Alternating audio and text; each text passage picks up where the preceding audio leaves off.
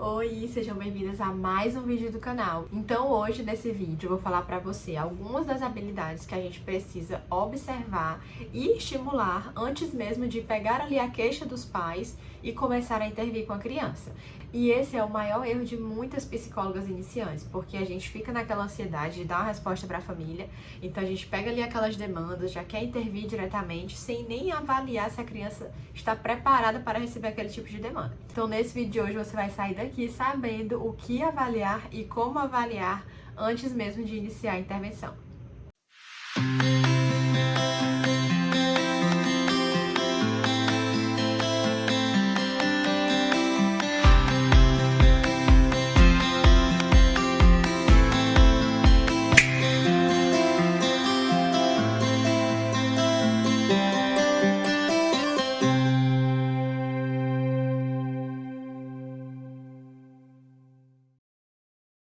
Mas antes desse vídeo começar, não esquece de se inscrever, curtir e comentar aqui no nosso canal, que tá crescendo cada vez mais. Eu tô muito feliz com essa troca, que a gente tem tanto aqui quanto lá no meu Instagram, @psivalescalmon. Agora sim, vamos começar. Então vamos lá, pessoal. Eu quero que vocês internalizem que hoje nós vamos falar de comportamentos base para a aprendizagem. E que algumas crianças que chegam pra gente na psicoterapia já têm esse repertório, isso é ótimo, mas outras não têm. Então já na anamnese você vai explicar para os pais que, além de avaliar a demanda da criança, a demanda que eles trouxeram, você vai ver se a criança já tem um repertório para você começar a intervir. Então, nessas primeiras sessões que seguem aí pós-anamnese, vão ser um momento, né? Vão ser ali o ideal, o cenário ideal para você avaliar essas habilidades específicas e, em seguida, dar um feedback para os pais. Então, aqui vamos para a primeira. Então, a primeira habilidade é troca de turno. Então, o que é basicamente trocar de turno? A criança respeitar a sua vez no jogo ou na atividade. Como assim? Se é a minha vez de jogar a carta do Uno, eu vou lá e jogo. Mas quando é a vez do meu oponente, eu aguardo ele jogar, finalizar a jogada para em seguida eu fazer a minha. Eu sei que isso parece simples, mas para a psicoterapia infantil é muito importante que a criança tenha essa habilidade já ali minimamente instalada e preservada para que você consiga fazer as intervenções. Então, por exemplo, vão ter momentos que a criança vai poder escolher alguma coisa, mas na psicoterapia você que vai guiar a maior parte do processo.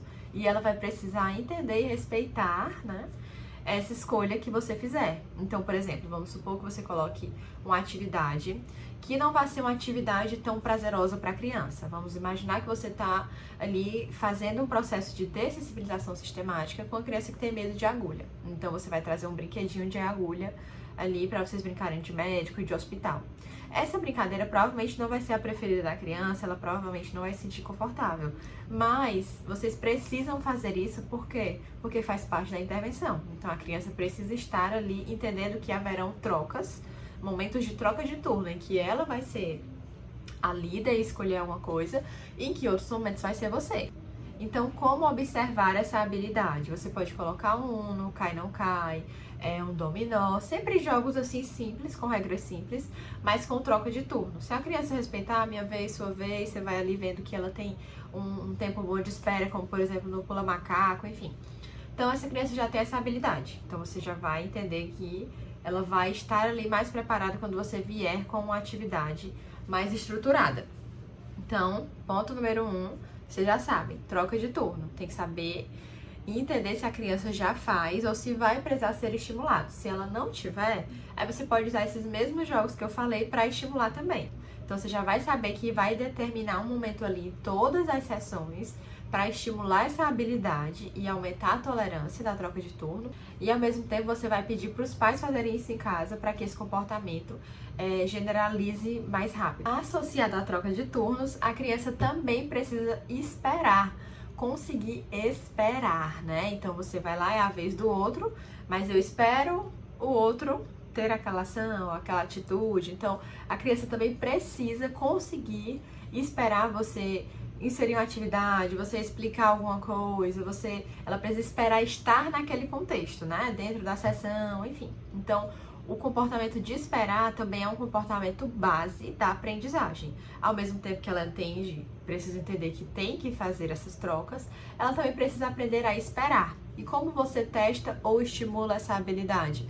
Usando também os mesmos jogos que eu mencionei antes. Eu vou dar um exemplo aqui do pula macaco, certo? Então você vai lá, a criança pede para trocar, é a vez dela, ela joga o macaco, não consegue, aí é a sua vez de jogar. Ao invés de você só jogar bem rápido, você vai testando ali o limite de espera. Ai, deixa eu ver, pra onde que eu vou mirar esse macaco? Acho que eu vou jogar ele pra ali. Não, mas aqui pode não dar certo. Então eu vou colocar pra lá. Tá, deixa eu apertar aqui, segurar bem. E aí já foram tipo uns 20 segundos, né? E aí você vai testando cada vez mais o limite dessa criança pra espera. Então, você pode fazer isso em conjunto com a habilidade de troca de turnos. Inclusive, vocês vão ver que a maioria das habilidades que eu vou mencionar aqui, numa brincadeira, com o jogo, você consegue fazer tudo, né? Ou seja, se a criança não tiver essas habilidades ou tiver, mas assim, ainda com déficits, você pode lhe separar sempre o momento da sessão, 15 a 20 minutos para estimular ou mesmo pedir para os pais fazerem isso em casa também. Terceira habilidade, segmento de instrução. A criança consegue seguir os seus comandos? Então, por exemplo, agora a gente vai sentar aqui para fazer uma atividade. Essa criança senta e escuta o que você tem para dizer? Ou ela tipo, não quero, levanta, sai, não tolera, né?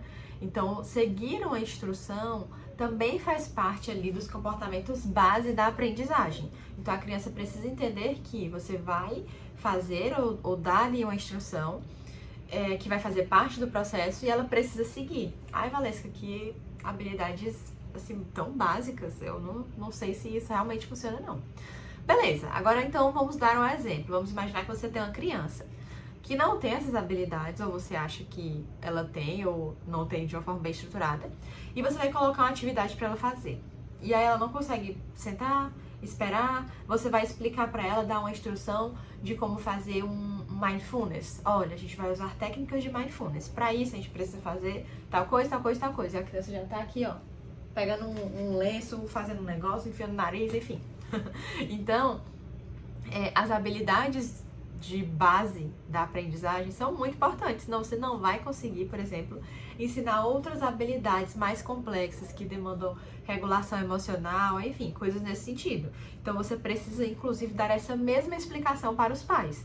Como eu vou ensinar essa criança a ter uma autorregulação, a usar estratégias ali? Como eu vou ensinar para a criança um relaxamento muscular progressivo de Jacobson? Ou como eu vou ensinar para ela uma respiração diafragmática se ela nem presta atenção no que eu falo? Se ela não para, escuta, se ela não segue uma instrução. Então a gente precisa entender que antes mesmo de qualquer intervenção, esses comportamentos, por mais que pareçam simples, eles são a base do aprendizado aqui na terapia. E agora vamos para o último comportamento ou última habilidade que você precisa avaliar se a criança já tem, para então ter uma base para iniciar a intervenção. Vamos só recapitular rapidinho, né? A gente passou aqui por troca de turno, esperar, seguir a instrução. Agora eu preciso que a sua criança saiba dizer um não ou fazer uma recusa de forma adequada. Muitas vezes o que acontece na psicoterapia é que a criança recusa algo com um comportamento inadequado, porque isso já foi reforçado no contexto ou no ambiente dela. Então, por exemplo, você coloca a atividade e a criança rasga. Então, ela não estava querendo fazer aquela atividade. Porém, se ela falasse pra você, tia, eu não quero fazer isso agora, a gente pode fazer outra coisa, pode fazer outro dia, eu acho que é importante a gente, enquanto terapeuta, também entender e reforçar alguns padrões de comunicação, principalmente esses que querem comunicar uma recusa. Porque grande parte, como eu mencionei, dos comportamentos inadequados das crianças frente a demandas está no fato delas não conseguirem ou mesmo tentarem não terem sucesso em argumentar de uma forma adequada.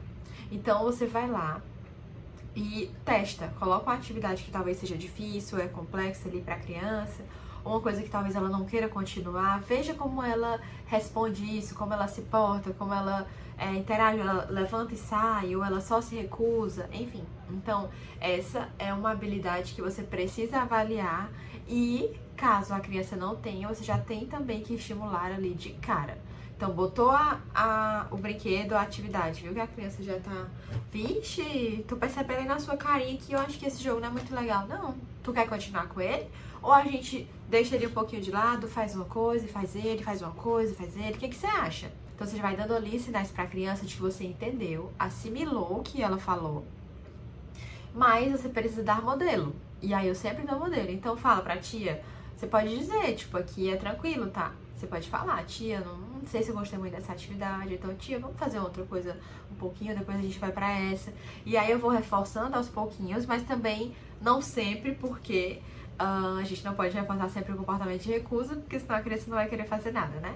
Então eu sempre digo, ó, tá bom, agora a gente vai deixar ela aqui, a atividade vai ficar aqui, ó, esperando a gente terminar essa rodada, beleza? Mas a gente vai fazer sim, porque essa atividade é muito legal, preparei com muito carinho. Então, eu tento sempre fazer essa troca para a criança conseguir compreender direitinho que ela pode dizer um não, ela pode recusar também em alguns momentos aqui na terapia, inclusive falar de coisas, se recusar a falar de coisas que ela não gostaria, que estão incomodando. Então, isso é possível sim aqui, e a gente vai reforçar, mas ao mesmo tempo conseguir conduzir da melhor forma. Pessoal, e é isso. Eu agradeço muito por vocês estarem aqui. Espero que tenha ajudado. Essas habilidades são muito importantes para você e ter como base da sua intervenção. Sem elas, fica muito mais difícil.